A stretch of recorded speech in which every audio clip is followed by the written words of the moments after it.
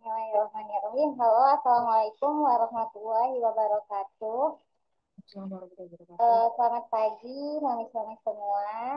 Alhamdulillah, hari ini kita diberikan kesempatan untuk berkumpul pada BBM, Belajar Bareng Mamakologi. Jadi BBM ini adalah program bulanan dari Mamakologi yang nantinya kita akan menghadirkan para narasumber-narasumber inspiratif untuk berbagi cerita di sesi BBM.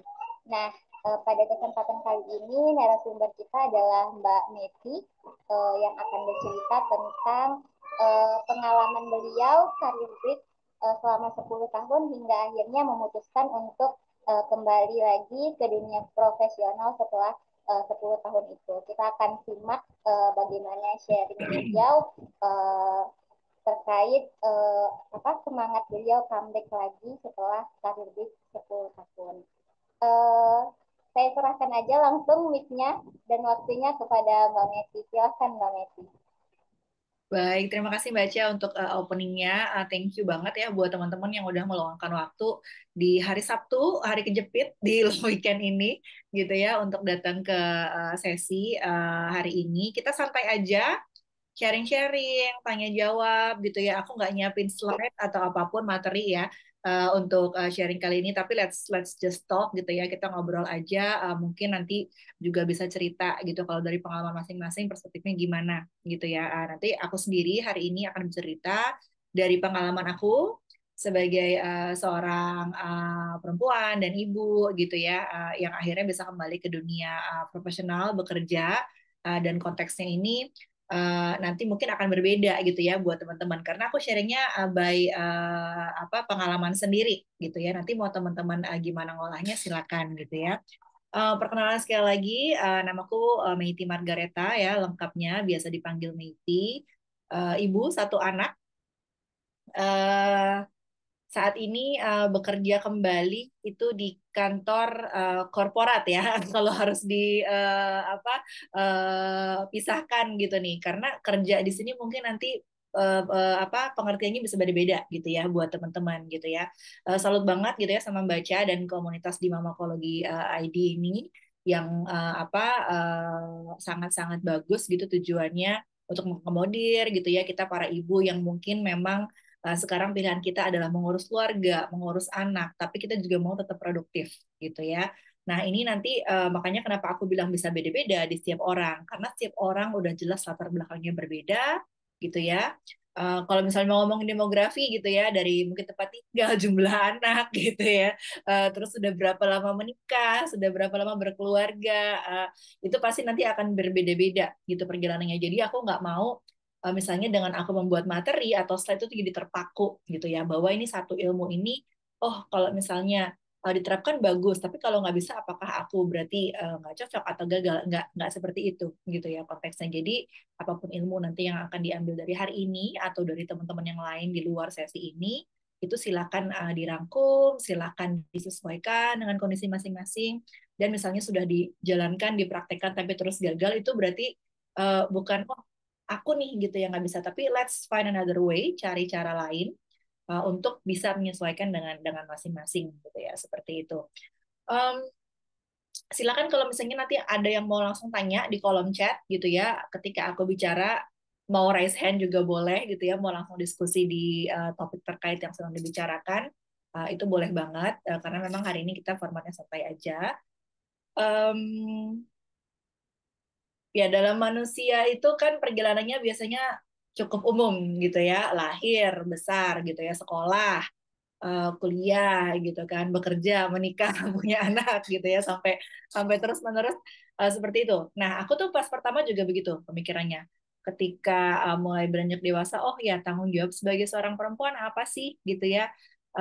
Oke, mungkin punya tujuan karir, tapi terus nanti juga akan menikah, akan punya anak gitu ya, mengurus keluarga itu kayaknya udah tertata dengan baik gitu ya di pikiran, terus udah direncanakan juga gitu seperti itu. Oh ya, nanti mau nikah umur segini gitu ya, punya anak umur segini, anaknya jumlahnya berapa gitu ya, nanti mau tetap kerja atau tidak gitu ketika menikah. Wah itu sangat udah sangat tertata gitu ya waktu itu. Tapi hidup gitu ya, life happens. Mungkin kalau dari pengalamanku sendiri, aku menikah, eh, aku bisa bilang cukup muda gitu ya, karena dari selesai kuliah bekerja sekitar 2 tahun itu sudah memutuskan untuk menikah. Eh, jadi ternyata di situ pertahapannya tuh benar-benar baru bisa apa ya, disesuaikan dengan kondisi saat itu gitu. Jadi waktu itu pemikirannya, oh nikah masih tetap kerja dong, walaupun misalnya hamil gitu ya, punya anak, nanti cuti melahirkan aja, nanti terus kerja lagi.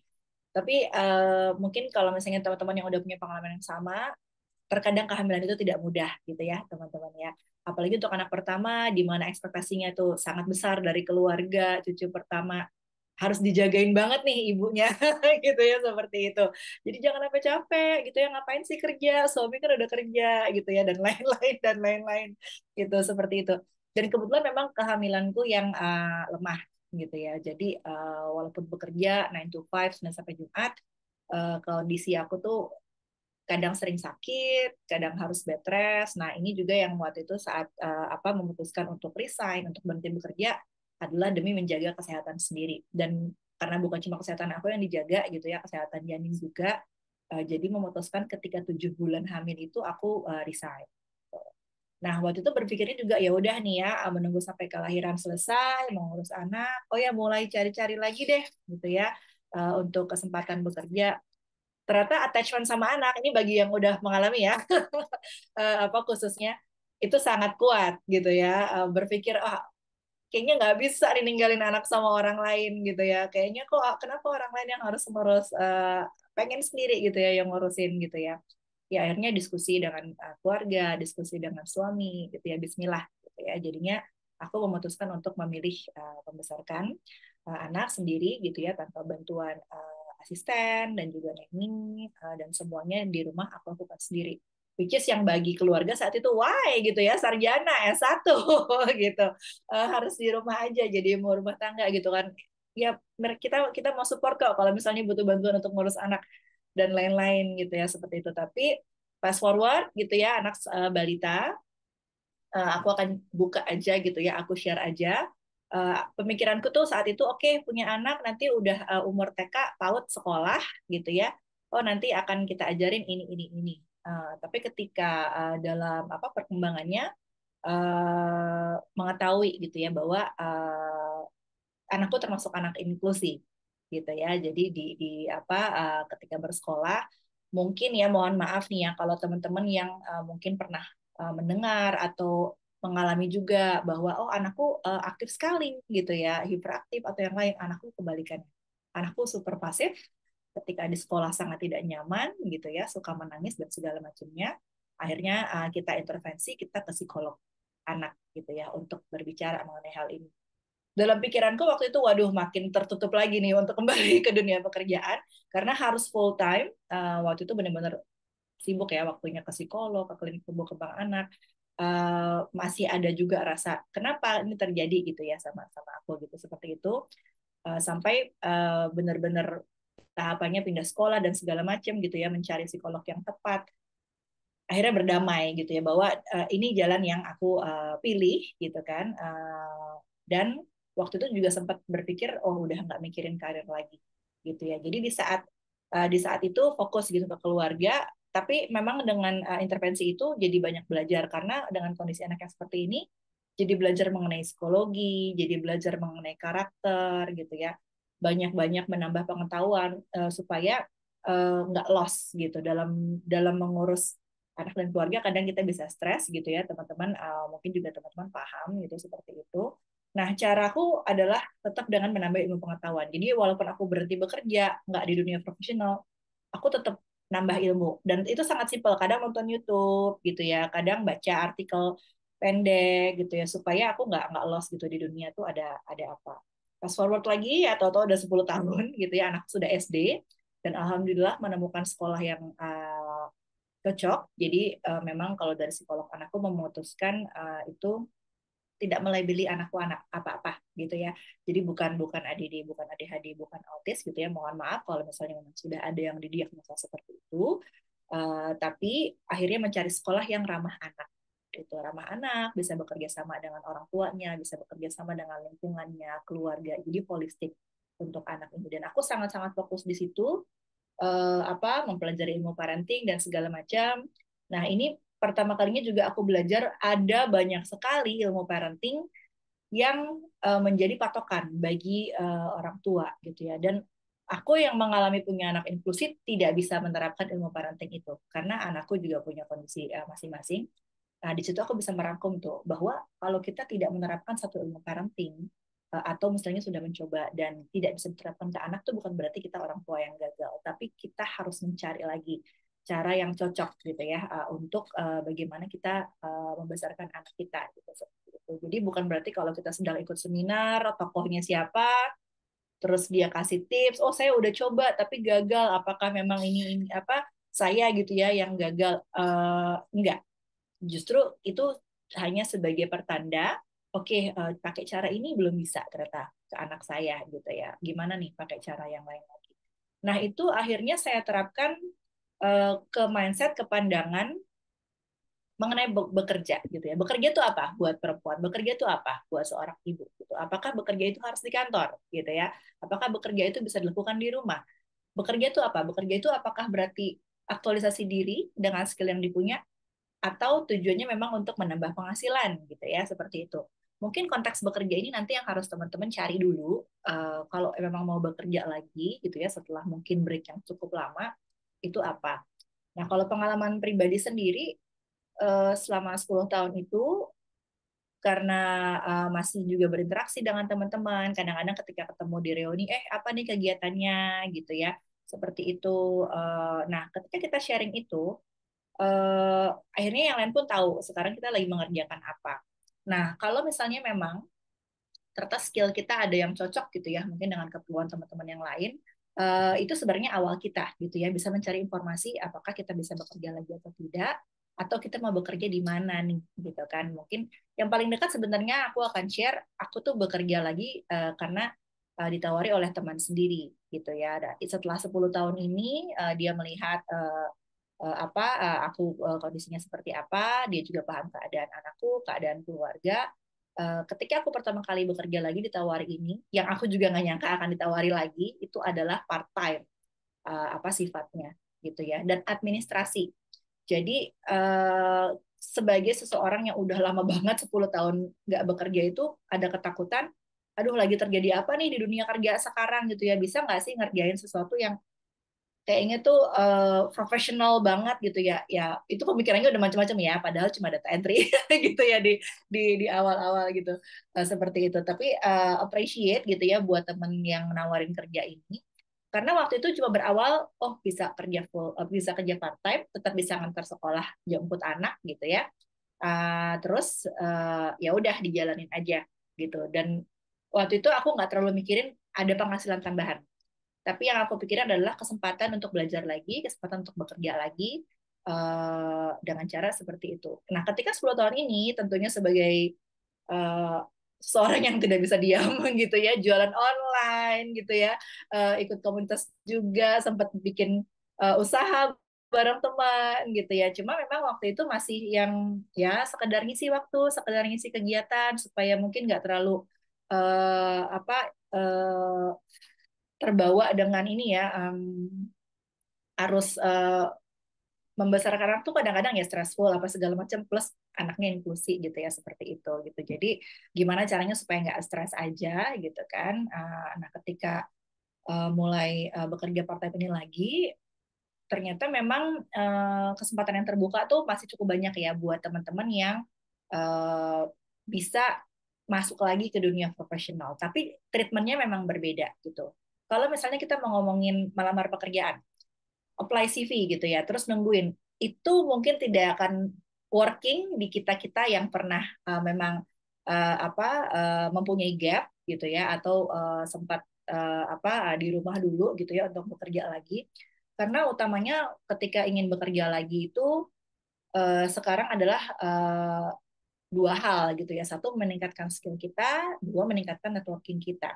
Itu sih. Nah, dua hal ini sangat-sangat ngebantu banget ketika nanti kita akan masuk kembali gitu ya ke dunia pekerjaan itu, terlepas apapun sifatnya gitu ya, entah itu di kantor, entah itu mau freelance, entah itu mau remote dan segala macam. Tapi dua hal ini itu penting gitu ya, orang tahu skill kita, network kita tahu skill kita gitu ya, dan kita juga punya gitu networknya di mana mungkin kita bisa tawarkan skill kita seperti itu. Jadi aku baru mulai bekerja lagi itu sekitar 6 tahun lalu gitu ya. Jadi dari 10 tahun career break, 6 tahun lalu itu pertama kalinya aku mulai part time.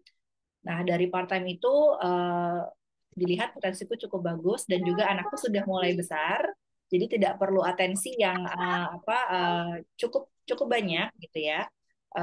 Dan aku belajar terus gitu untuk ya, pekerjaan ini. Halo, kayaknya ada yang ini ya. Nah, oke. Iya, di dunia pekerjaan ini banyak yang harus dikejar gitu seperti itu. Tapi aku nggak mau kayak apa ya mengecilkan mungkin ya teman-teman. Oh banyak nih yang harus dipelajari dan segala macamnya gitu kan. Itu ada tahapannya gitu. Dan ini bisa berbeda-beda setiap orang kecepatannya. Which is itu nggak benar nggak salah, sesuai dengan kondisi masing-masing dari teman-teman aja gitu ya. Untuk dari awal mula bekerja lagi sampai di posisi sekarang ini aja ya aku butuh 6 tahun gitu ya untuk terus belajar gitu seperti itu. Dan alhamdulillah waktu itu ketemu temennya memang yang udah lama bekerja korporat dan dia mau buka usaha sendiri, dan dia lagi mencari tim dan dia nggak mau kerja full time lagi gitu, dia maunya kerjanya tuh remote gitu ya, fleksibel. Jadi dia sangat-sangat appreciate gitu ya, untuk ibu-ibu nih yang mungkin masih sibuk jemput sekolah anak gitu ya dan lainnya. Ya oke, kalau part time kita biasanya kerjanya berapa jam nih gitu seminggu. Mungkin kalau sekarang lebih ke tren teman-teman ya, jadi virtual assistant ya bisa mengatur jadwal sendiri gitu ya, di satu hari satu minggu itu berapa lama, which is itu yang aku salut gitu ya, karena sekarang udah makin banyak pilihannya untuk teman-teman untuk bekerja. Nah waktu itu akhirnya bertambah terus gitu alokasi waktu bekerjanya, part time, remote itu tuh udah sangat ideal sekali gitu ya. Ada waktunya juga akhirnya dari sebagai project assistant aku dipercaya menjadi project coordinator, jadi udah dipercaya nih untuk berkomunikasi dengan klien, itu waktunya lebih banyak lagi. Dan itu kadang-kadang harus misalnya ketemu klien gitu ya, tapi nggak setiap hari, mungkin kayak ya sebulan sekali gitu ya, which is itu sangat-sangat make sense lah gitu untuk waktu seorang ibu yang mengeluarkan ini ya energinya di luar ini nih mengurus keluarga gitu seperti itu. Aku bekerja di tempat pertama itu sekitar 3 tahun ya, jadi project assistant, project koordinator, akhirnya dipercaya menjadi project manager, memegang satu klien dan itu full kliennya dipegang oleh aku. Again masih remote juga kerjanya karena ternyata setelah itu pandemi gitu ya teman-teman. Jadi benar-benar yang uh, timingnya tuh pas banget. Aku juga nggak perlu kesusahan gitu ya gimana bekerja karena dari awal memang sudah bekerja freelance, sudah bekerja remote sampai akhir 2022 itu kontrakku berakhir karena pandemi juga, proyeknya banyak yang menurun gitu ya, klien juga banyak mengurangi pengeluarannya. Nah, tapi dengan pengalaman 3 tahun ini, aku bisa mengenal gitu ya di dunia profesional itu sekarang ada berbagai jenis perusahaan, ada startup, ada korporasi gitu ya, perusahaan skala kecil, menengah, besar. Nah, tinggal kita menyesuaikan sebenarnya kita mau kerja di perusahaan yang seperti apa gitu ya, seperti itu. Dan ini memang butuh banyak riset teman-teman ya. Kalau misalnya memang mau bekerjanya juga tetap fleksibel, kita harus tahu juga culture-nya di perusahaan itu seperti apa. Kita harus tahu juga apakah mereka cukup open gitu ya dengan seseorang yang mempunyai career break atau gap year gitu seperti itu. Ini butuh banyak riset. Uh, Again, jangan jangan overwhelm dulu gitu ya, karena ini juga butuh tahapannya. Dan ini sangat bisa dilakukan sekarang apalagi banyak banget gitu ya tools yang ngebantu ya, AI dan segala macamnya gitu seperti itu. Nah, mungkin sampai situ dulu gitu ya aku ceritanya, sebelum karena setelah 2022 itu aku ada gap juga antara bekerja yang full time gitu ya, dan kembali ke freelance lagi, mungkin aku akan kembali juga ke basicnya teman-teman nih gitu ya. Eh, Keinginan untuk bekerja lagi itu karena apa gitu. Ini kita konteksnya berarti adalah untuk teman-teman yang memang mungkin sudah pernah bekerja ya sama dengan aku, udah menikah, akhirnya udah punya anak, terus akhirnya memutuskan untuk mengurus keluarga dulu sehingga nggak tahu nih nanti bisa kerja lagi atau enggak gitu ya. Mesin Nah, cuci dimatiin. mm-mm. Nah itu lebih ke sebenarnya lebih ke niat dan motivasinya gitu ya. Mungkin kalau boleh boleh di-share mungkin kalau lagi ada yang bisa ngetik gitu ya di kolom chat gitu ya. Yang pertama aku mau tanyakan adalah mungkin ya niatnya ikut sesi hari ini tuh ingin dapat insight apa gitu ya. Jadi aku juga punya pandangan nih ya, punya bayangan ke teman-teman yang ikut sesi hari ini. Mungkin boleh di-share juga di kolom chat gitu ya, atau yang mau apa open mic juga boleh gitu ya.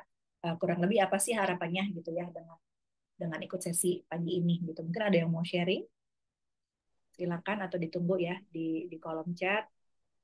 Ya, boleh nih ada yang raise hand.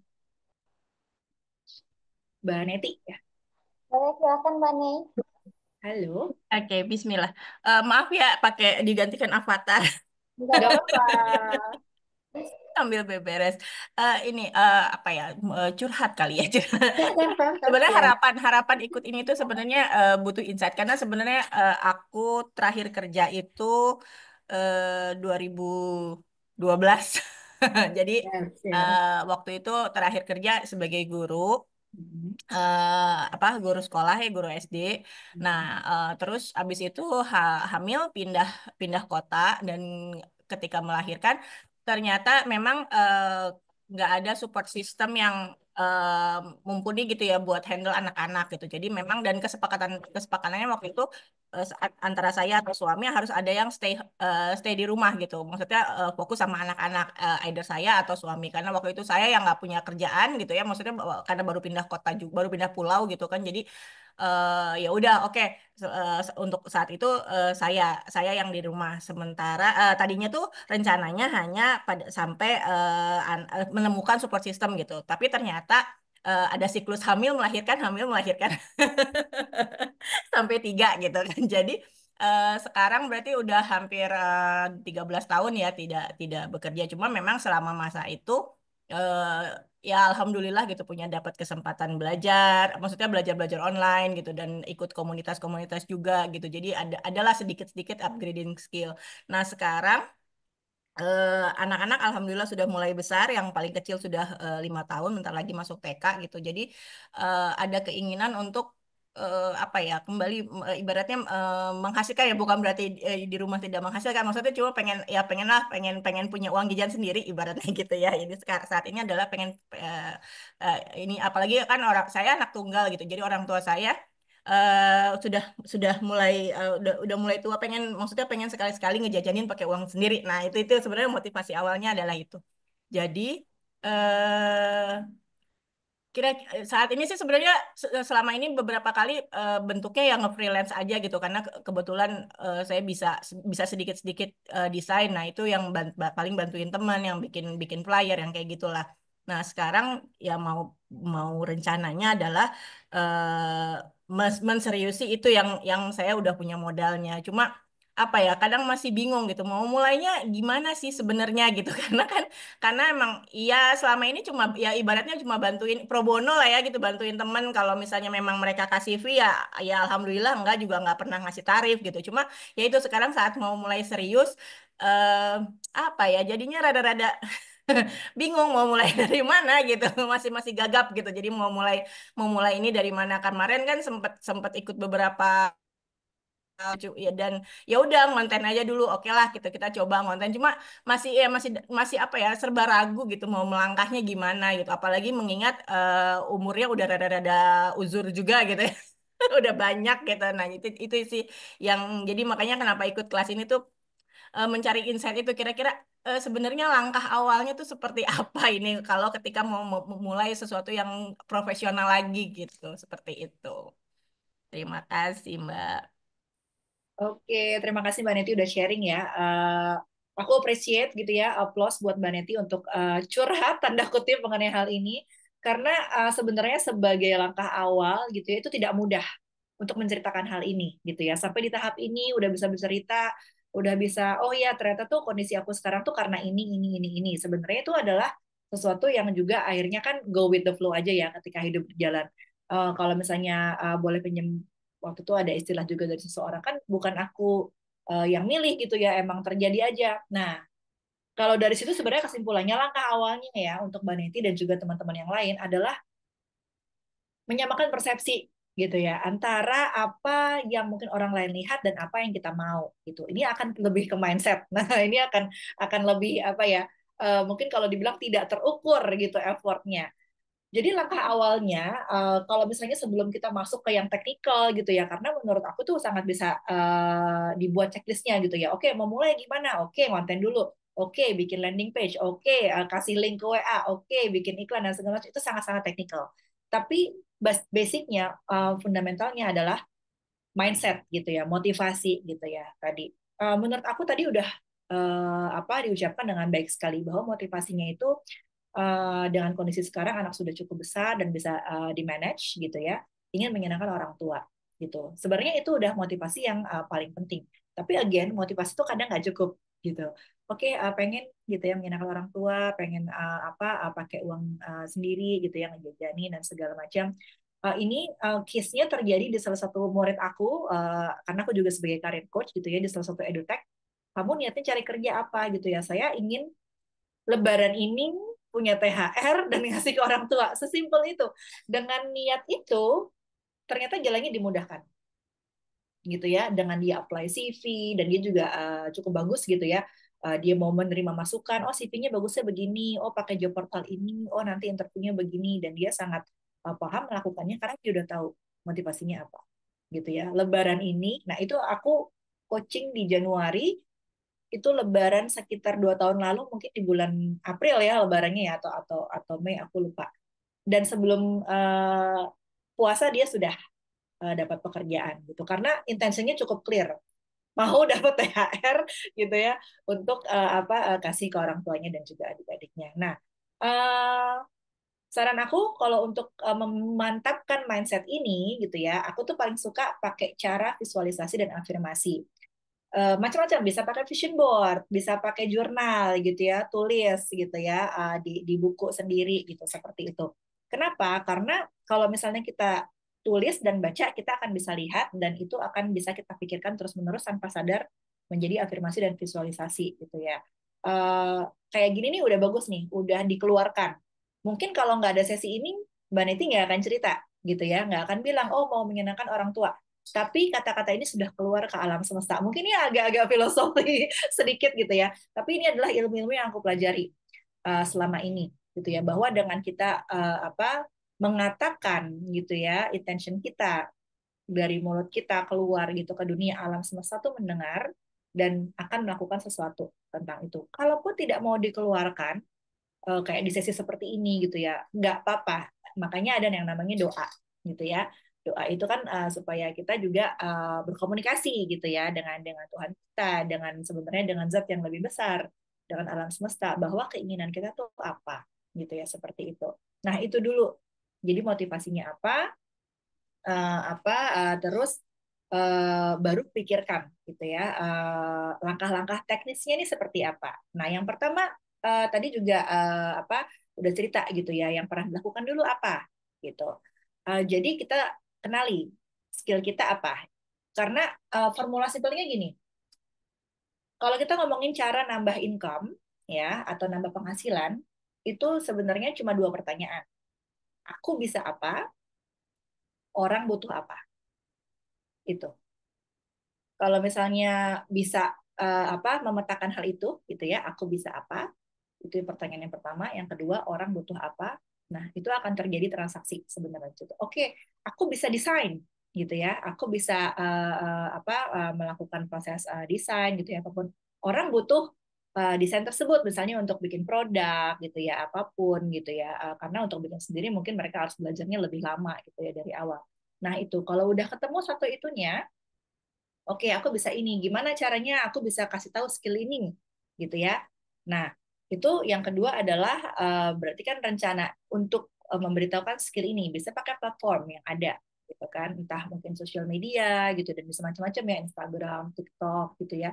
Personally, aku lebih suka LinkedIn gitu ya, untuk apa? Untuk memberitahukan soal skill yang aku punya gitu ya, karena sebenarnya relevan dengan korporasi. Tapi kalau misalnya teman-teman di sini, oh kayaknya tuh yang butuh desain tuh banyaknya mainnya di TikTok, yang butuh desain banyaknya mainnya di Instagram gitu ya, atau di X gitu ya yang lainnya. Silakan gitu, pakai platform apapun.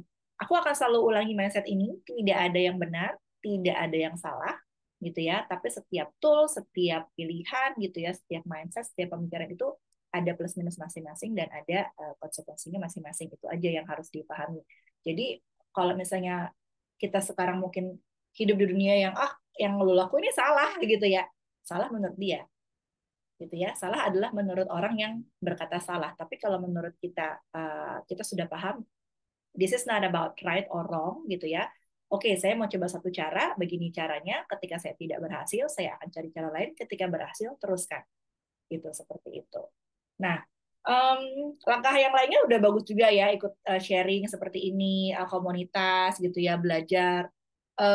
Yang ketiga, sebenarnya ya tadi, merangkum semua skill itu dalam satu aset. Kalau di dunia bekerja, ada CV, ada resume gitu ya. Mungkin kalau di dunia desain, ada portfolio gitu ya.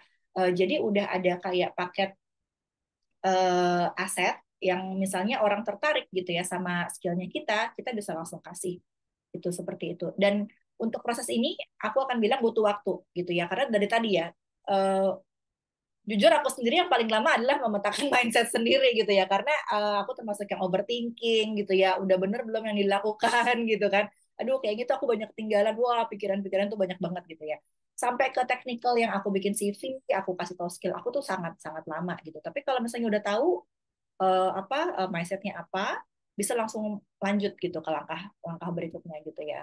Tadi gitu ya, kenali skillnya apa gitu kan, terus mereka ini marketnya banyaknya di mana, terus oke yuk kita buat yuk portfolionya gitu ya. Itu apa, setiap orang bisa berbeda-beda langkahnya dan tidak perlu kayak membandingkan, oh kayaknya aku lambat banget ya gitu ya. Jelas nih aku akan kasih perbandingan untuk ibu anak tiga dengan ibu anak satu, tentu berbeda gitu ya perjalanannya gitu, dan kita tidak perlu membandingkan hal itu gitu, biarlah kita berpacu dengan diri kita sendiri, dan senyamannya seperti apa gitu. Nanti dari situ baru kita ngomong yang lebih teknikal lagi, oke time manajemennya gimana gitu ya, oke pembagiannya gimana nih sama suami gitu ya, support system yang bisa kita mintain tolong tuh siapa aja gitu, seperti itu. Tapi kalau selama niat di awal itu memang belum ketemu gitu ya, atau sekedar memang mau tahu aja gitu ya, sebenarnya nggak apa-apa juga gitu ya. Yang penting kita sudah tahu nih kita akan melakukan apa, dan jalannya seperti apa, itu akan kembali nanti ke teman-teman. Pasti punya pemikiran yang berbeda-beda dan juga metode yang berbeda-beda gitu ya. Tapi yang tetap sama selama ini adalah kita punya waktu yang sama sebenarnya, 24 jam sehari, 7 hari seminggu. Itu sih tinggal kita gimana gitu ya, mau memanfaatin waktu kita gitu. Diteruskan aja nih Mbak Neti gitu ya, udah konten aja dulu gitu ya.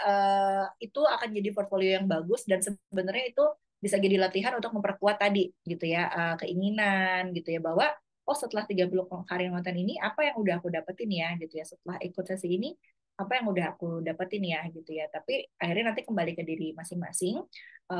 Yang penting menyadari oh ya perjalanan aku tuh perjalanan aku sendiri gitu, berbeda dengan teman-teman yang lain gitu. Dan insight yang didapat hari ini mungkin buat Mbak Neti bisa berarti apa, buat yang teman-teman yang lain juga bisa berarti apa. Again, aku belum tahu gitu ya latar belakang teman-teman di sini semuanya seperti apa. Tapi hal yang secara umum bisa langsung dipraktekkan adalah tadi gitu ya, merubah mindset bahwa perjalanan itu adalah tidak untuk dibandingkan. Yang penting adalah memang tujuan diri sendiri. Dan tadi memetakan gitu ya, aku bisa apa dan orang butuh apa, sehingga akhirnya tadi bisa menambah penghasilan atau akan menjadi profesi pekerjaan yang kita inginkan. Kurang lebih seperti itu sih, Mbak Neti. Gitu. Mungkin ada lagi? Oh, ada yang di kolom chat nih baru lihat. Mungkin ada yang di kolom chat kali ya Mbak Meti, tapi kayaknya lebih ke sharing yang tadi, motivasinya. Nih dari Mbak Risma. Halo, Assalamualaikum. Halo, salam kenal Kak Meti. Terima kasih atas sharingnya. Terakhir saya bekerja 2011 sejak 2021 saya sebagai freelancer SMM sampai saat ini rencana ingin kembali kerja full time dengan alasan ingin income dan benefit yang lebih besar. Harapan ikut BBM ingin tahu bagaimana menumbuhkan rasa percaya diri lagi untuk kembali kerja full time di corporate lagi. Jujur saya nggak pede karena terlalu lama di rumah Kak. Thank Hmm. you. Oke, Terus thank you. ada dari Mbak Wulan Sari. Halo, salam kenal juga Mama Maiti. Perkenalkan saya Wulan, mama dari 2 orang anak laki-laki. Tujuan saya ingin punya link pertemanan yang bisa menumbuhkan. Harapannya bisa nambah penghasilan dan kegiatan positif. Udah sekitar 8 tahun menjadi IRT dan rasanya sudah agak jenuh dengan aktivitas sehari-hari.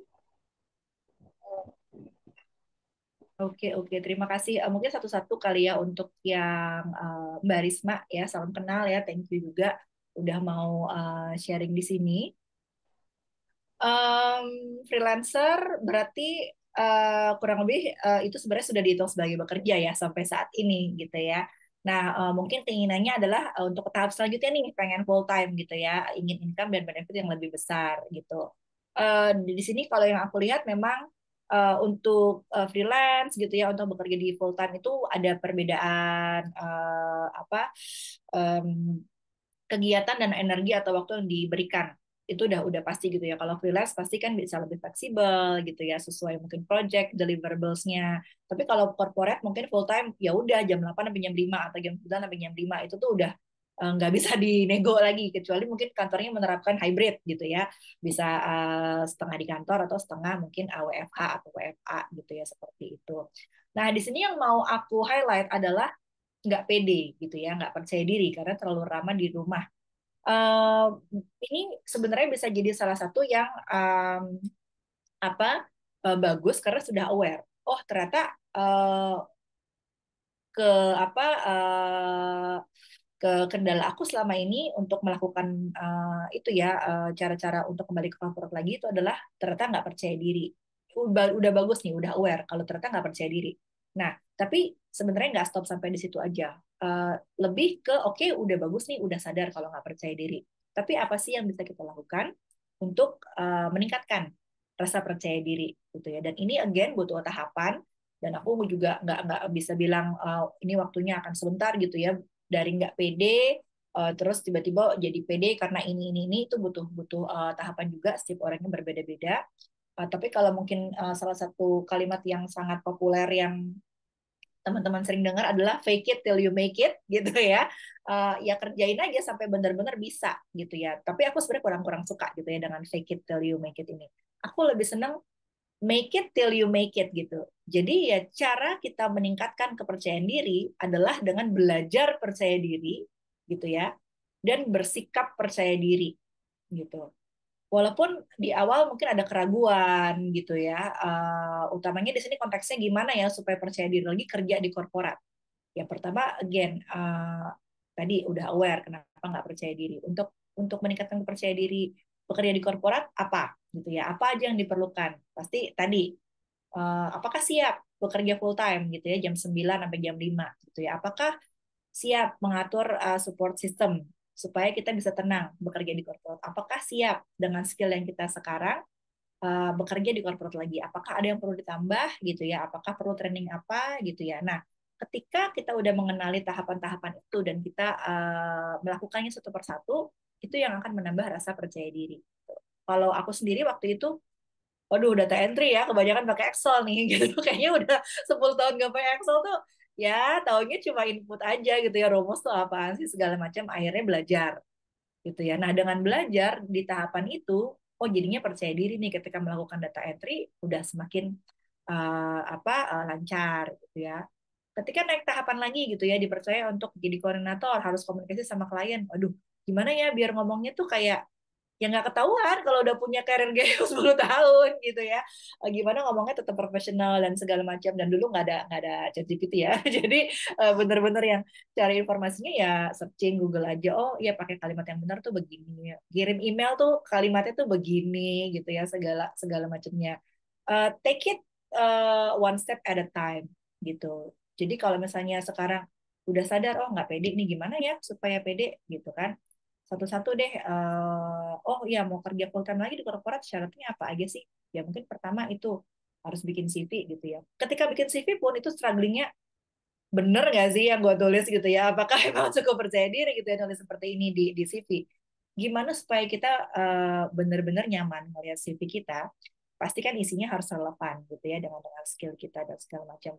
Tapi memang mulai aja dulu gitu pas dibikin, tentunya gitu kan, contact information, summary, work experience gitu ya. Apakah memang CV ini cukup mumpuni tadi ya untuk apply ke korporat gitu ya dengan pengalaman freelance selama ini.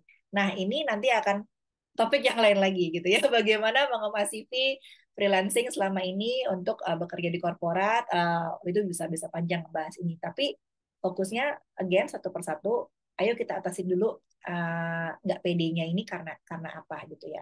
Ada juga teman yang oh nggak pede gitu ya karena selain udah bekerja, selain udah tidak bekerja cukup lama umurnya gitu ya, sudah mungkin tidak sesuai lagi nih dengan requirement gitu pekerja. Tapi aku akan kasih sedikit mengenai kebutuhan pekerjaan ini gitu ya di perusahaan, karena aku pernah di dua sisi, pernah menjadi kandidat, pernah menjadi recruiter, dan juga sekarang ya di sisi perusahaan gitu ya. Kalau emang skill yang kita cari ada di orang ini gitu ya, dan usernya mau, tidak terpaku sama umur, let's go gitu, seperti itu. Dan itu akan mematahkan semua ketidakpedean karena umur, ketidakpedean karena udah lama tidak bekerja gitu ya, karena memang usernya udah cocok sama kita gitu, usernya udah mau kerja sama kita gitu. Dan itu yang aku alami sekarang. Ya siapa sih gitu kan waktu itu pemikirannya yang mau mempekerjakan, udah 10 tahun karir break, bisa jadi dia nggak bisa catch up gitu kan ya sama sama tren yang ada gitu kan. Uh, tapi memang bagaimana kita mengatasi pikiran-pikiran ini dengan cara-cara nyata, yaitu itu kembali ke masing-masing gitu ya. Uh, Kalau misalnya ternyata tujuannya nanti untuk bekerja di corporate lagi, aku bisa bilang ada beberapa corporate sekarang yang juga membuka kesempatan untuk comeback gitu ya. Ini aku waktu itu nemunya di, aku sebut aja gitu ya brandnya ya, di L'Oreal. Waktu itu mereka ngebuka program comeback ini untuk teman-teman yang udah punya karir break, itu periodenya kurang lebih minimal 2 tahun sampai berapa tahun, dan mereka sistemnya tuh seperti kontrak dulu gitu ya, 6 bulan, dan itu memang diseleksi. Nah, hal-hal Ya. seperti ini yang tidak biasa gitu, karena kalau misalnya rekrutmen biasa kan ya udah kirim CV nunggu dipanggil gitu ya, tapi ini harus istilahnya ngirim proposal, harus menjelaskan kenapa karir break, harus diseleksi gitu ya. Tapi ini cara yang bagus untuk korporasi itu sendiri membuka kesempatan nih buat teman-teman yang memang udah lama gitu ya, tidak tidak bekerja gitu, seperti itu.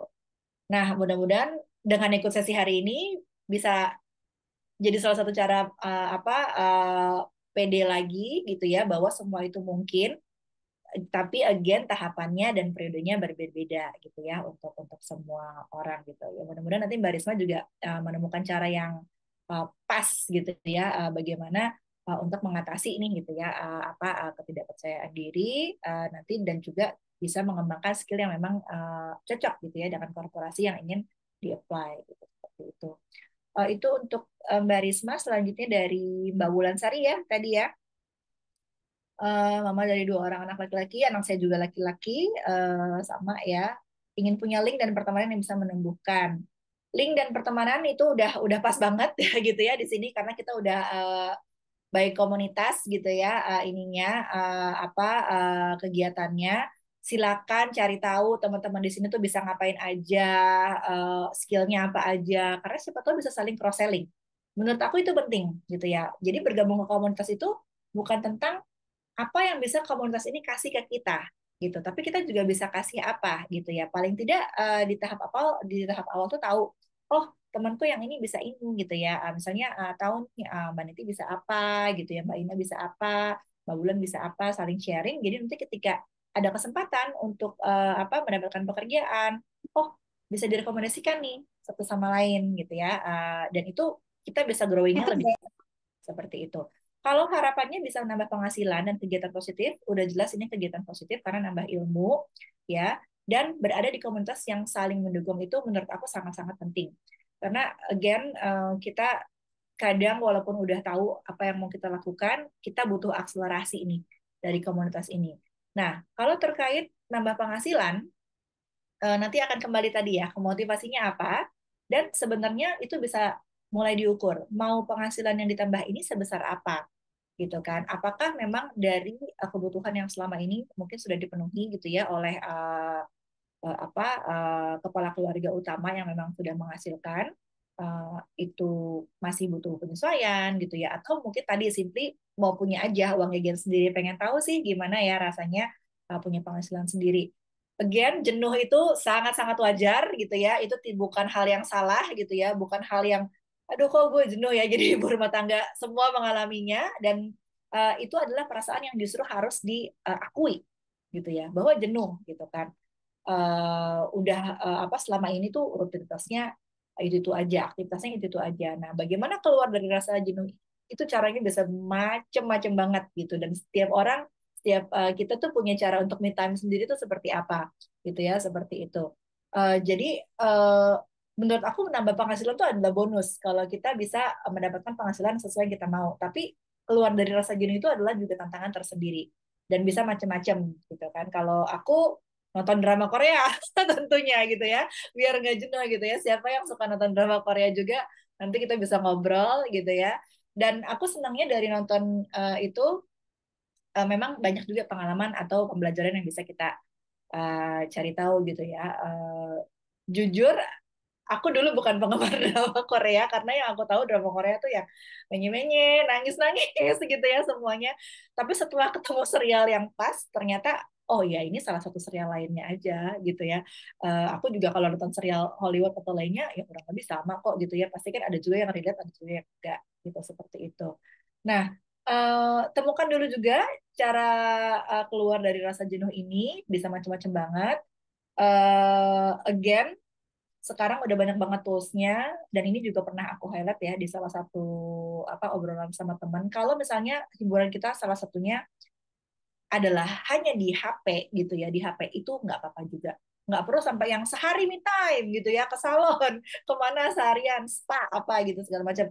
Anak-anak titip siapa gitu ya. Kalau belum sampai tahap itu, tidak perlu keras kepada diri sendiri. Oke, me time apa yang tercepat bisa aku lakukan gitu ya.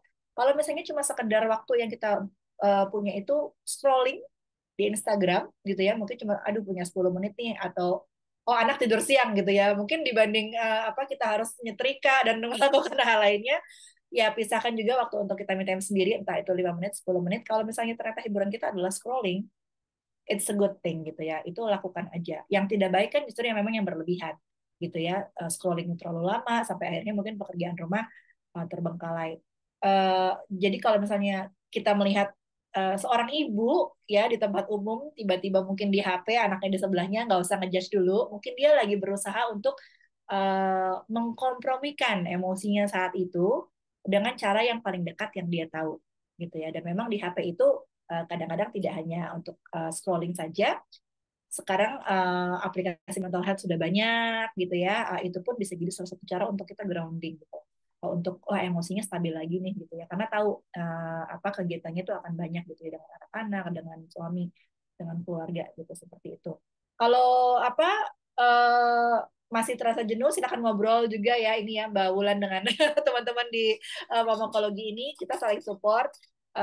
Paling tidak ketika kita tahu ada teman-teman lain yang merasakan hal yang sama, kita nggak sendiri itu sih ya. Jadi jangan jangan juga ngerasa sendiri, di komunitas ini juga cukup bisa gitu ya untuk ngobrol seperti itu. Paling itu ya Mbak Mbak Wulan. Noted, iya, iya Mbak Neti.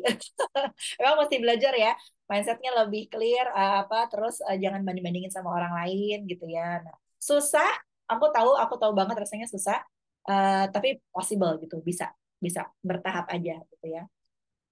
Ya, penikmat drakor juga ya. Nanti kita sharing ya lagi nonton apa sekarang. Oke, oke. Mungkin aku lanjut dulu ya, baca ya. Untuk sharing pengalaman aku. Tadi kita berhenti di tahun 2022 akhir, di mana kontrak aku berakhir sebagai full timer remote sudah sangat ideal gitu ya.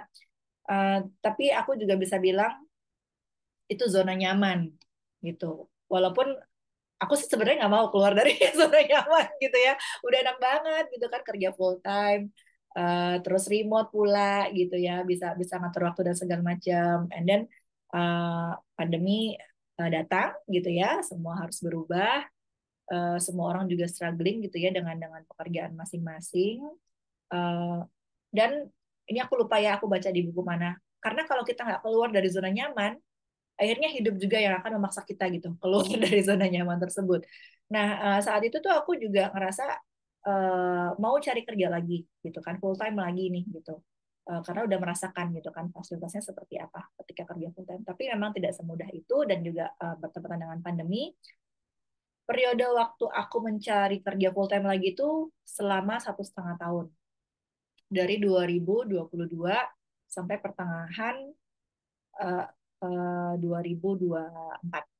gitu ya. Nah, selama periode 1,5 tahun ini, aku tetap mengerjakan pekerjaan part time dan freelance dan apapun gitu karena aku pengen terus produktif. Aku udah apa belajar begitu banyak gitu ya. Tapi karena sudah pernah mengalami tadi yang lebih lama gitu ya 10 tahun, aku jadinya nggak terlalu maksain.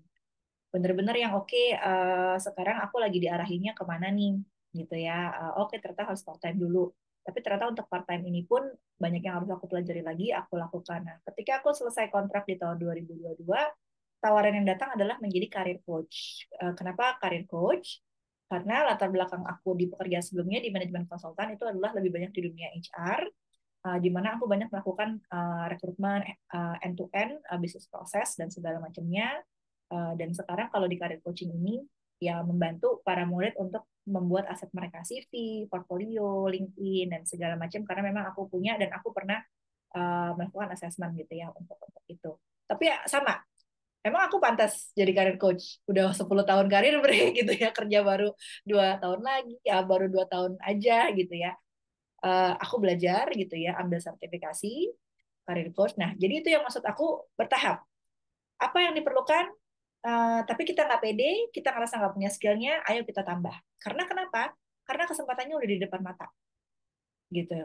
Jadi kalau misalnya um, tadi ya masalah desain gitu ya, ada klien datang nih butuh desain ini gitu ya, tapi kita belum pernah melakukan desain itu. Kita punya basic desainnya gitu ya. Kita ngerasa nggak siap gitu ya, mau diterima atau enggak. Tapi ini kesempatannya bagus banget. Kalau nggak diterima, gimana gitu. Beranikan bilang iya dulu gitu, iya dulu. Nah tapi terus ayo kita kerahkan gitu ya energi kita untuk belajar gitu ya. Mungkin kalau yang paling banyak sekarang virtual assistant misalnya gitu ya, butuh virtual assistant nih untuk email apa manajemen, buat digital marketing, buat ini. Kenapa? Karena kita udah kasih tahu ke orang-orang kalau kita sekarang adalah virtual assistant walaupun kita belum punya nih prakteknya. Again, beranikan juga gitu ya, bilang iya untuk terima kesempatannya, tapi kita juga berusaha paralel gitu. Bagaimana kita bisa mengakomodir permintaan klien ini? Kenapa? Karena kita juga butuh track record dan portfolionya itu. Ketika kita udah punya satu klien gitu ya, itu kita jadi tahu gitu. Nah, karir coaching yang aku lakukan itu adalah dalam jangka waktu 4 bulan setiap tahun gitu ya. Jadi setahun cuma ada 3 batch di 4 bulan itu, dan itu butuh evaluasi, feedback, ya review setiap 4 bulan itu berjalan. Dan aku mengikuti gitu seperti itu. Jadi apalagi nih skill yang dibutuhkan. Jadi aku ambil beberapa sertifikasi coaching di tahun itu supaya aku lebih pede gitu tadi kan. Karena aku juga apa harus mengatasi ketidakpercayaan diri menjadi seorang career coach dengan latar belakang aku yang kayaknya nggak pas gitu kan seperti itu. Tapi akhirnya ya aku ambil trainingnya seperti apa gitu ya career coaching. Dan ilmu itu katanya bisa kita terima dengan baik kalau kita sudah siap gitu. Jadi nanti aku akan paham kalau misalnya dari sesi ini, oh ternyata kayaknya belum dapat apa-apa atau belum ada yang bisa diterapkan, it's okay gitu. Mungkin belum waktunya, tapi selalu bagus kita mengikuti satu sesi yang kita udah tahu nih gitu ya, bahwa yang diberikan di sharing hari ini tuh seperti ini. Mau masalah nanti langsung bisa dipraktekkan atau enggak itu urusan nanti gitu, dan urusan masing-masing gitu. Jadi mindsetnya seperti itu. Gitu ya. Sama ketika kita mau investasi ikut training.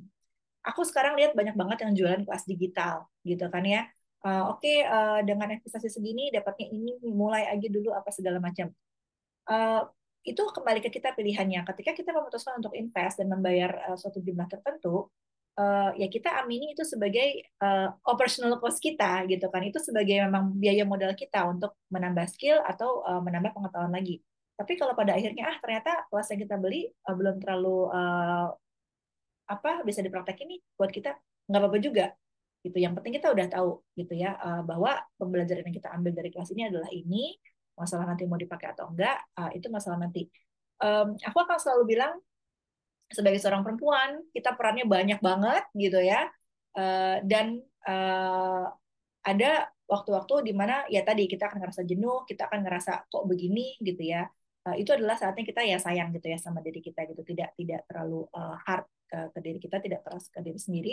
Tapi yang perlu dipahami ketika saat itu terjadi, ini hanya satu tahapan saja yang terjadi di dalam kehidupan kita gitu, seperti itu. Dan itu mindset itu ngebantu aku banget gitu, karena kalau mau dipikirin terus kenapa ini terjadi, itu adalah sesuatu yang tidak bisa kita kontrol gitu ya. Pandemi itu udah jelas, itu bukan sesuatu yang bisa kita kontrol, tapi yang bisa kita kontrol adalah bagaimana kita beradaptasi terhadap keadaan. Um, aku mungkin mau bahas satu hal yang lebih sensitif gitu ya, mungkin mohon maaf nih teman-teman. Jadi aku pernah mengalami, ya kan situ enak, anaknya cuma satu gitu ya, nggak repot gitu ya kalau harus ngebagi waktu. Ya aku anaknya tiga, aku anaknya dua gitu ya, seperti itu. Jadi akan lebih susah. Memang benar gitu ya. Pasti challenge-nya beda dong untuk anak satu, anak dua, anak tiga gitu ya, seperti itu. Tapi gimana supaya kita nggak ke-trigger gitu ya sama omongan-omongan seperti itu? Ya tadi dengan memperkaya diri gitu ya. Karena kita udah tahu mindsetnya. Oh ya memang perjalanan kita beda dan it's fine gitu, seperti itu. Oke, aku anaknya dua gitu ya. Mungkin aku bisa lebih ini ya, bisa lebih um, mencari tahu gimana sih cara memanage waktu dengan anak dua gitu ya, dengan support system yang ada gitu ya, atau mungkin yang anaknya tiga beda lagi gitu kan. Oke, aku mau kerja lagi nih gitu ya, tapi anakku tiga kegiatannya ini gitu ya. Oke, dengan kegiatan anakku yang banyak ini, dengan support system yang ada, aku bisa gimana? Jadi kita fokus ke apa yang bisa kita lakukan dengan kondisi kita. Tidak ya wajar aja, gue anak tiga, gue anak dua gitu ya, nggak bisa ini, nggak bisa itu gitu. Itu uh, dalam tahapan jangka panjang itu akan menyakiti diri kita sendiri gitu, seperti itu. Nah, ketika juga teman-teman yang lain tahu ya kan aku anaknya cuma satu gitu ya, terus katanya anak laki-laki itu lebih mudah diurus lah gitu ya, padahal ya sama aja gitu ya, anak laki-laki perempuan gitu kan. Terus ya mohon maaf lagi gitu ya, anaknya inklusi dan segala macam gitu, tapi aku nggak pernah menjadikan itu sebagai suatu hambatan gitu. Tapi aku udah tahu itu adalah sesuatu yang tidak bisa aku kontrol. Siapa sih yang mau ya, misalnya punya anak yang memang ternyata punya spektrum atau apa gitu ya, seperti itu. Tapi akhirnya kembali pilihannya kita mau fokus kemana gitu kan? Apakah ke kita sendiri gitu ya mengatasi hal itu, atau kita terus memikirkan gitu ya kenapa itu terjadi? Itu aku pernah ada dalam satu tahapan itu yang dimana aku nggak bisa menikmati hidup gitu ya. Padahal hidup nih ya indah gitu ya, dan banyak pengalaman yang bisa kita dapatkan dalam hidup. Tapi karena aku terlalu fokus dengan aku nggak bisa inilah, aku kayaknya nggak pantas, misalnya yang paling mudah waktu itu ya, aku kayaknya nggak pantas nih punya me time gitu ya, karena aku harus ngurusin anakku yang kayak begini gitu ya, aku nggak punya pikiran buat kerja lagi, nanti anakku gimana dan segala macam gitu ya, seperti itu. Nah, pemikiran-pemikiran seperti ini yang sebenarnya apa harus dirubah, dan aku tahu tidak tidak mudah gitu ya, tapi bisa gitu. Dan again kita nggak akan ngomongin berapa lamanya kita bisa gitu ya merubah ini, karena akan berbeda buat setiap orang. Tapi yang penting kita lakukan dulu gitu ya, effortnya seperti apa. Nah, kita temukan nih orang-orang yang seperti ini. Again, misalnya kita udah join ke berbagai komunitas gitu ya, tapi ternyata juga belum nemu circle-nya yang pas, nggak apa-apa juga Karena kalau kita nggak join satu komunitas itu, kita nggak akan pernah tahu pengalamannya dan feel-nya seperti apa. Aku melakukan hal itu juga. Aku pernah ikut ya komunitas ini, komunitas itu, tapi ternyata aku nggak cocok ya. Kayaknya yang kita omongin tuh beda ya gitu. Padahal aku tahu setiap komunitas itu maksudnya pasti positif, gitu ya, berkembang bersama dan segala macam.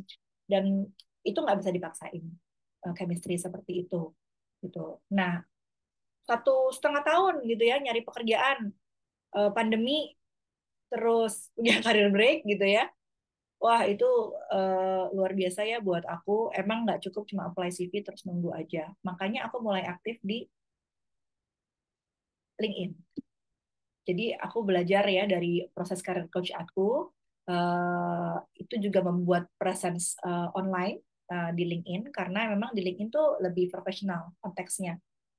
Eh, aku termasuk milenial, jadi apa ya? Untuk menghabiskan waktu di Instagram tuh aku energinya ternyata nggak sebegitu besarnya gitu kan. Jadi untuk mengikuti perkembangan digital itu kadang-kadang banyak banget gitu ya sekarang X, ada TikTok gitu ya, aku nggak bisa ngikutin gitu semuanya.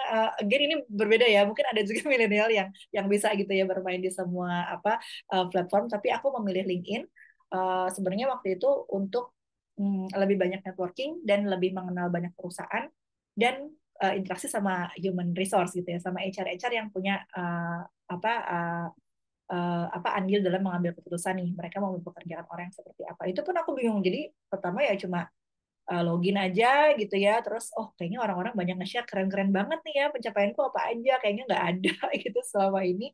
Tapi again belajar gitu seperti itu. um, Proses apply tetap aku lakukan. Tapi ketika mulai aktif di LinkedIn ternyata banyak juga yang approach gitu ya, menawarkan pekerjaan. Itu aku juga nggak nyangka. Dan itu aku jalanin semua tuh ya, interview, technical test gitu ya, user interview. Wah, itu rasanya kalau mungkin yang teman-teman rasakan sekarang itu susah ya cari kerja gitu ya. Tapi sebenarnya cari kerja tuh nggak susah. Ini disclaimer lagi ya buat teman-teman, cari kerja tuh nggak susah. Yang susah adalah cari kerja yang kita mau. Itu sih, itu harus dibedain ya teman-teman ya. Cari kerja tuh nggak susah, yang susah itu adalah cari kerja yang kita mau. Karena pasti setiap orang punya standar sendiri, ya kan? Mau kerjanya seperti apa gitu, entah mau freelance, mau remote gitu ya, mau full time gitu ya. Dan ekspektasi kita kadang-kadang tidak match dengan ekspektasi perusahaan. Aku bisa bilang seperti ini karena aku pernah di dua sisi gitu ya. Jadi kandidat, jadi rekruter juga pernah. Perusahaan juga punya perspektif sendiri gitu mengenai hal ini. Kalau kita mau kerja sebenarnya ya udah kerja aja, tapi kerja yang kayak gimana sih gitu kan. Seperti itu. Sampai akhirnya aku di tahap pasrah gitu ya, udah 1 tahun lebih nggak dapat kerjaan full time, ya udahlah mungkin aku emang harus freelance selamanya gitu ya, harus part time gitu ya selamanya.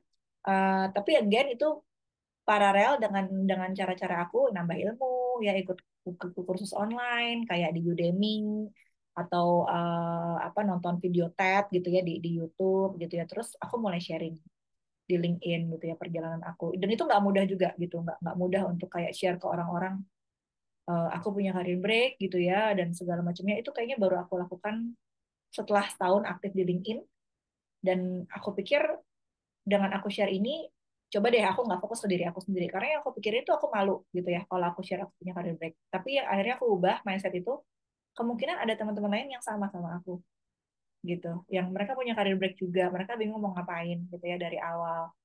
Kayaknya kalau kita bareng-bareng itu akan lebih bagus gitu ya, karena kita bisa saling support gitu daripada aku pendem ini sendiri gitu, seperti itu. Jadi akhirnya semua usaha yang aku lakukan gitu ya, posting di LinkedIn dan segala macam, dan aku udah pasrah tuh, itu udah di tahap aku nggak banyak apply lagi gitu ya, ya udahlah gitu kan, nikmatin aja yang ada gitu kan, walaupun penghasilan berkurang dan segala macam. Waktu itu pandemi, aku share juga ya, sempat ada masa suami tidak bekerja karena terdampak pandemi juga gitu ya. Di saat pasrah, tawaran itu malah datang gitu dari perusahaan, dan tawaran ini datang dari network.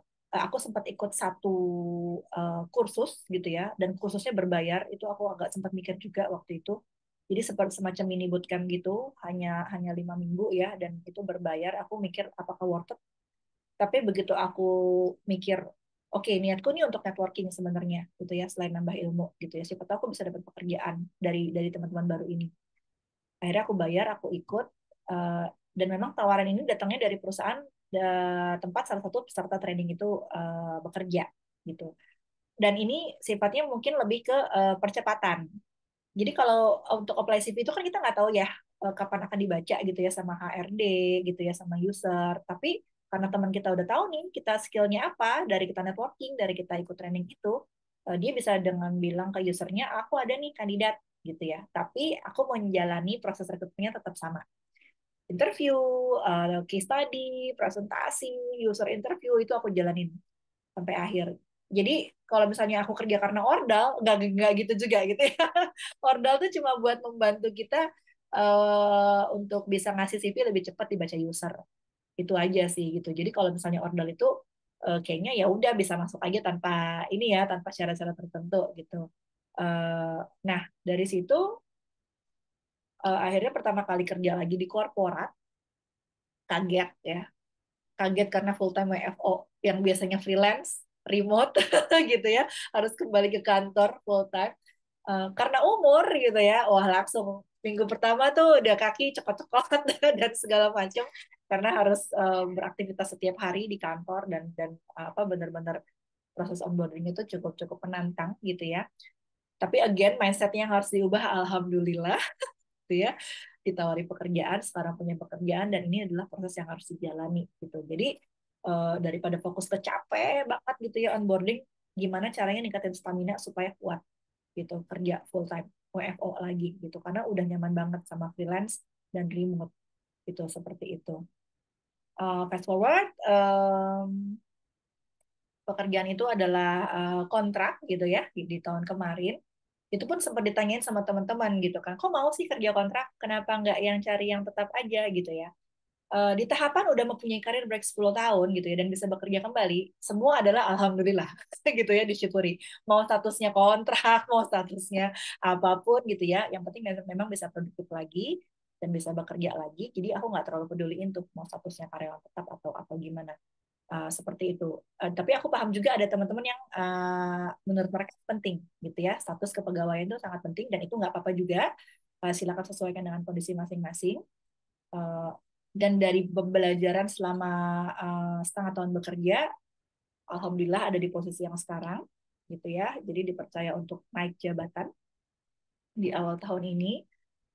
Again, naik jabatan itu bukan reward, bukan hadiah, tapi adalah tanggung jawab yang lebih besar dan aku harus belajar lebih banyak lagi gitu. Jadi kalau misalnya sekarang orang lain, wah hebat ya gitu ya dengan pekerjaan yang mau sebentar gitu ya kembali ke korporat, tahu-tahu bisa naik. Oh enggak, itu enggak tahu-tahu naik jabatan gitu. Teman-teman harus paham itu perjuangannya cukup cukup panjang gitu sampai sampai saat itu. Dan aku kadang-kadang nggak sharing ini di forum yang cukup luas atau terbuka karena aku juga nggak yakin semua orang akan paham perjalanannya seperti apa. Justru kalau di tempat yang cukup simple begini ya, intimate gitu ya, cuma sedikit, mungkin teman-teman juga bisa lebih relate gitu ya, seperti itu. Dan aku nggak nyangka akan di tahap ini sekarang gitu ya, menjadi seorang manajer di perusahaan asing setelah 10 tahun tidak bekerja, tapi 6 tahun terakhir ini adalah pembelajaran buat aku. Nah, dengan aku yang seperti ini, aku yakin teman-teman yang lain itu juga bisa. Tapi memang perjalanannya akan sedikit berbeda. Dan di tempat aku, alhamdulillah juga bukan aku ya yang punya career break. Jadi ada juga teman lain yang dia udah 6 tahun atau lebih ya tidak bekerja, dan dia lebih senior dari aku gitu malah. Tapi bisa dipercaya untuk bekerja lagi di industri ini ya tadi karena mau belajar gitu ya. Karena tahu industrinya seperti apa, risetnya dilakukan gitu, seperti itu. Dan kita juga cukup cukup berbeda nih perjalanannya gitu, seperti itu. Dan apa untuk judul yang kita pilih gitu ya hari ini gitu kan ya, kerja lagi setelah karir 10 tahun bisa banget, bisa gitu. Tapi let's focus on kata bisanya gitu ya. Karena di balik kata bisa itu ada perjalanan yang memang harus dilakukan, ada pembelajaran yang tetap harus ditambah terus, dan support gitu dari lingkungan sekitar. Aku bisa bilang sebagai perempuan, apalagi mungkin yang sudah punya anak yang bersekolah, sebenarnya kita punya 4 ya. Jadi emang rumah gitu ya, keluarga, sekolah itu sendiri gitu kan.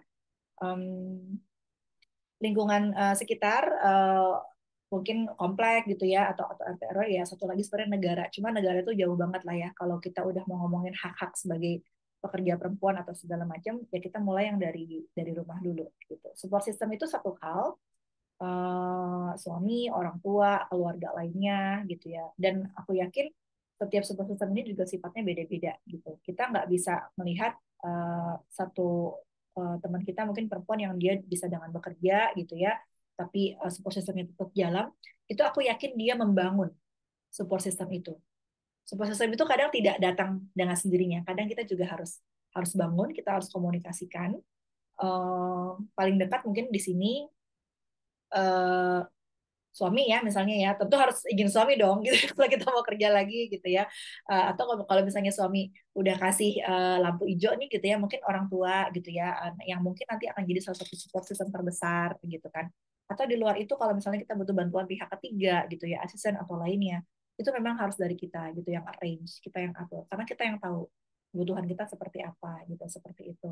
Nah, itu aku akan bilang hal-hal yang tidak bisa dihindari sebagai seorang perempuan gitu ya, kita kemampuannya cukup banyak dan cukup kuat gitu, dan kita yang udah mengalami proses hamil gitu ya, melahirkan tuh udah tahu perjuangannya seperti apa.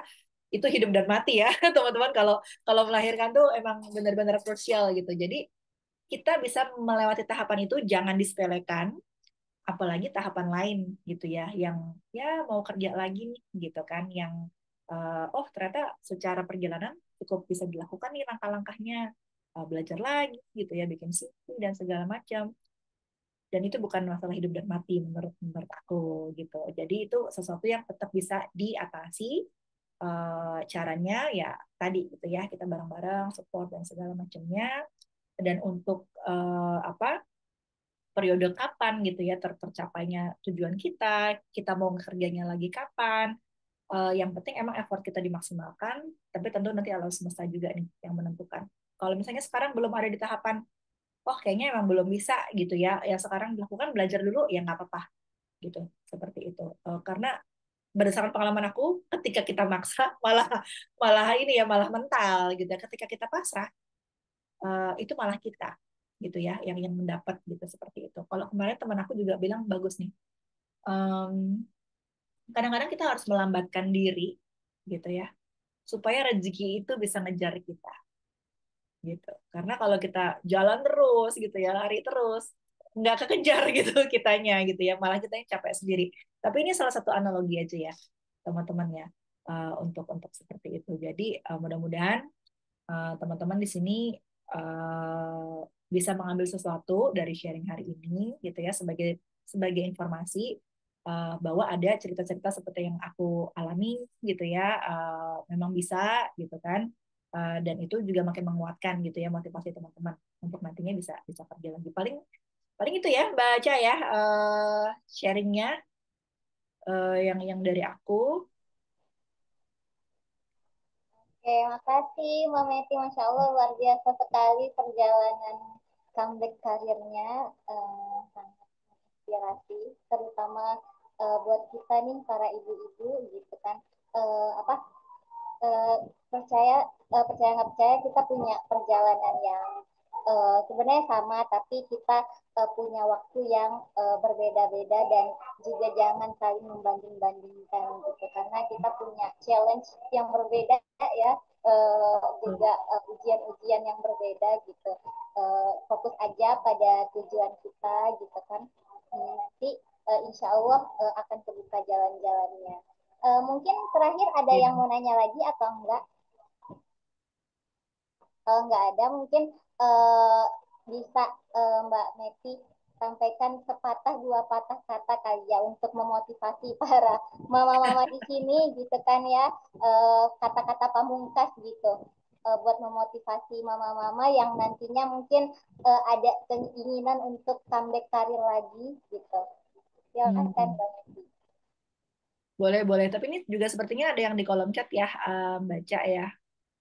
Ada yang share juga nih, punya karir break panjang, sekarang ingin kembali ke dunia korporat, namun bingung dari mana. Eh, ya, ini juga ya background pendidikan S1 S2 beda Oh, jurusan. ya, Mhm. Sabrina ya.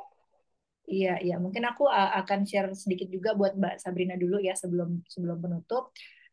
Ya kayak aku bilang tadi, semuanya bertahap gitu ya. Yang penting aware dulu nih, misalnya kalau masih bingung, itu bingungnya kenapa gitu ya. Misalnya bingungnya mulai dari mana gitu ya. Biasanya tuh teman-teman nanya apakah harus cari dulu lowongan pekerjaannya, apakah harus bikin CV dulu gitu ya, apakah harus nambah skill dulu. Nah, itu sebenarnya memang kembali ke teman-teman masing-masing. Atau misalnya kayak gini ya, backgroundnya S1, S2 beda jurusan, pekerjaannya beda-beda. Itu bisa jadi sebenarnya dirangkum jadi satu pertanyaan. Kita mau kerjanya jadi role apa dulu gitu ya, jadi posisi apa dulu. Karena CV, portfolio itu selalu bisa disesuaikan dengan skill yang kita punya. Atau kalau misalnya kita udah tahu mau kerjanya apa, itu cari tahu dulu skill apa yang dibutuhkan gitu. Jadi kalau misalnya udah tahu, oh untuk bekerja sebagai ini, posisi ini butuhnya skill ini. Terus kita cek ke diri kita punya nggak skill itu? Oh belum punya, ayo kita cari tahu gimana cara nambah skillnya, belajar gitu ya, atau ikut training gitu. Jadi nanti ketika kita membuat CV atau resume kita, skill itu udah ada gitu ya di situ. Jadi bisa dipetakan dulu nih kita sendiri sebenarnya maunya apa gitu ya, bekerjanya sebagai apa. Paling itu ya Mbak Sabrina.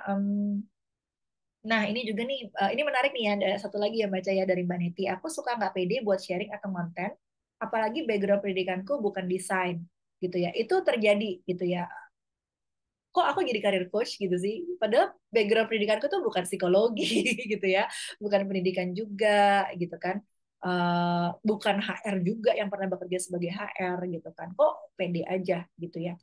Nah, itu memang salah satu hal yang membuat kita jadinya terpacu. Oke, biar pede itu gimana gitu kan? Karena sebenarnya kalau konten atau sharing semua orang bisa lakukan. Tapi angle yang mau dikasih itu yang dari mana gitu kan?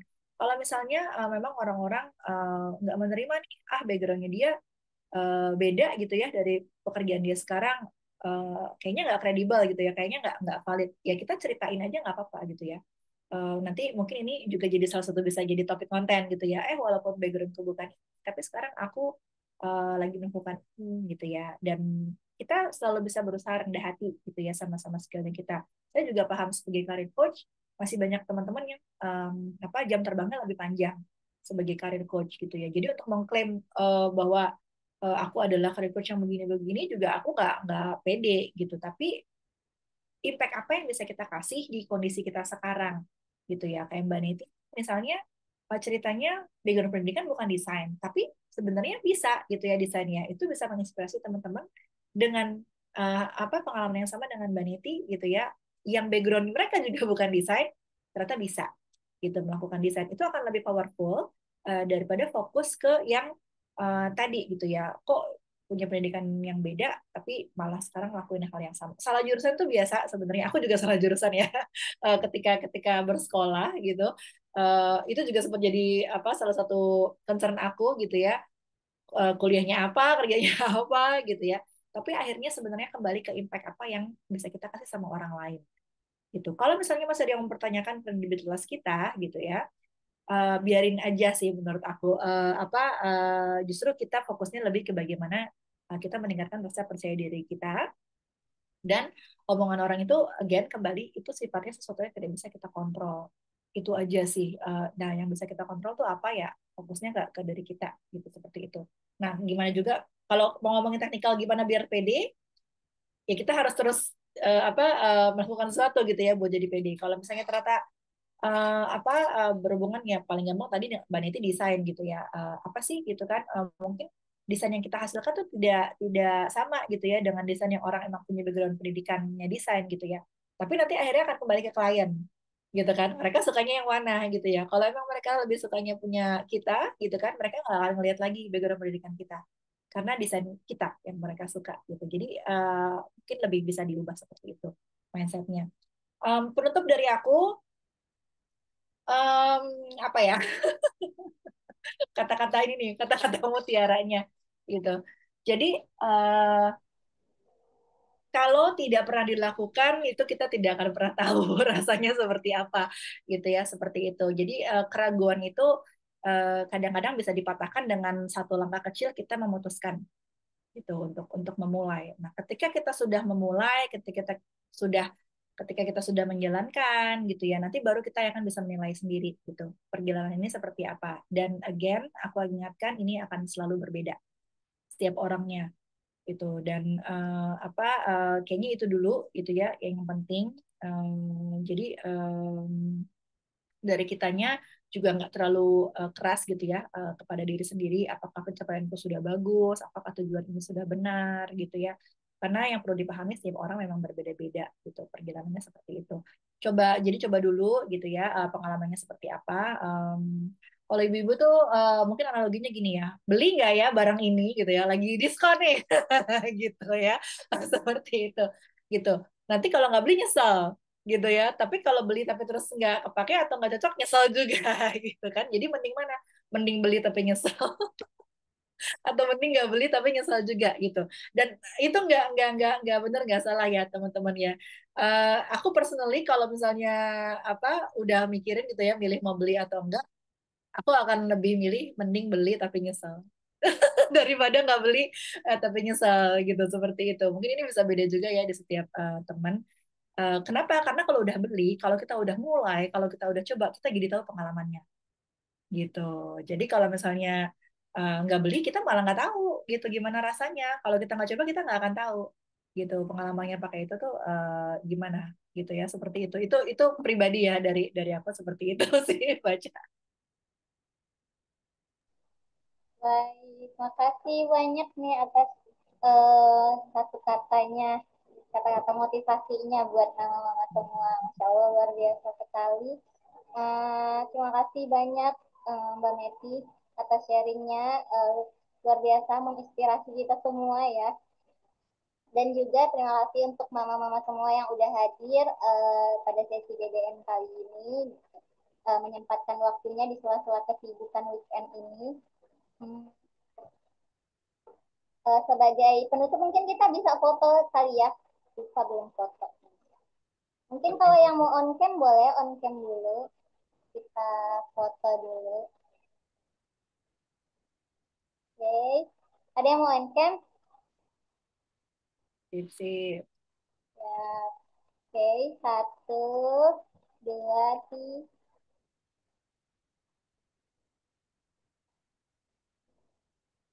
Ya, lagi. Ya,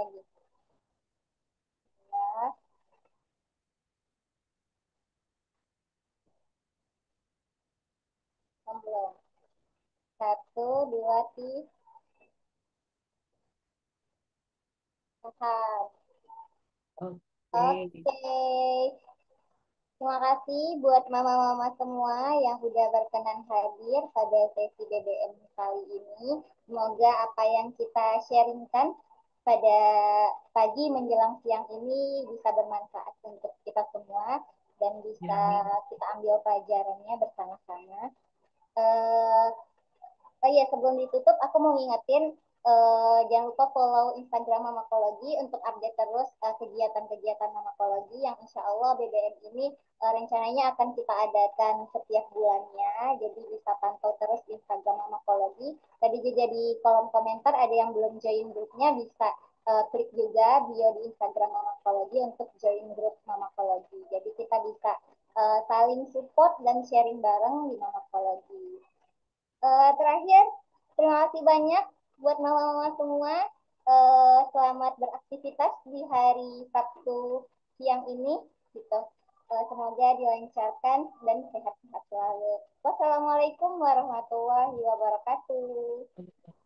Terima Waalaikumsalam kasih warahmatullahi semuanya. wabarakatuh. Terima kasih. Makasih.